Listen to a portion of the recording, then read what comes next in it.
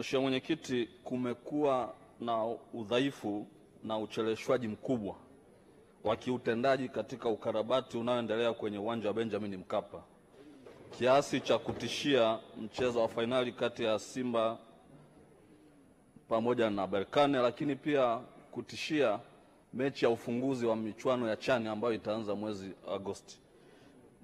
Je, serikali inatoa commitment gani kuhakikisha kwamba mchezo huu muhimu wa fainali unachezwa katika uwanja wa Benjamin Mkapa, lakini pia mashindano haya, ufunguzi wa mashindano haya ya CHAN yanafanyika katika uwanja wa Benjamin Mkapa? Majibu, Mheshimiwa Waziri.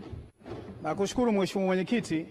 Kama ambavyo nimejibu swali lililopita la nyongeza la Mheshimiwa Hanje, commitment ya serikali ni ile ile, kuhakikisha mechi hii ya fainali kati ya Simba na Berkane ya tarehe 27 ya mwezi huu, ambayo ni mechi ya kihistoria sana, inachezwa katika uwanja wa Benjamin Mkapa.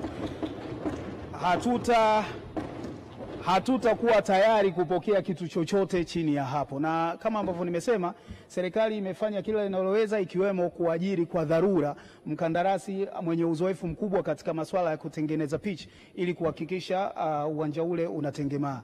Na jana usiku mimi binafsi nilikuwa na kikao kirefu cha kwenye simu na viongozi wa CAF akiwamo Rais Daktari Motsepe ili kuhakikisha kwamba wanatusaidia na wao wenyewe wanatuletea consultants wa kimataifa kuhakikisha tunashauriwa vilivyo namna ya kutunza pichi ile. Kwa hiyo nimtoe hofu Mheshimiwa Shangazi na wapenzi wengine wa mpira wa miguu wakiwemo wapenzi wa Simba, mechi ile itachezwa pale pale na hakuna mahali inaenda, na tukio hili la kihistoria litafanyika mbele ya macho yao wakiwa wanalishuhudia. Asante. Mheshimiwa Shangazi ndio alikuwa anataka majibu hayo nafikiri.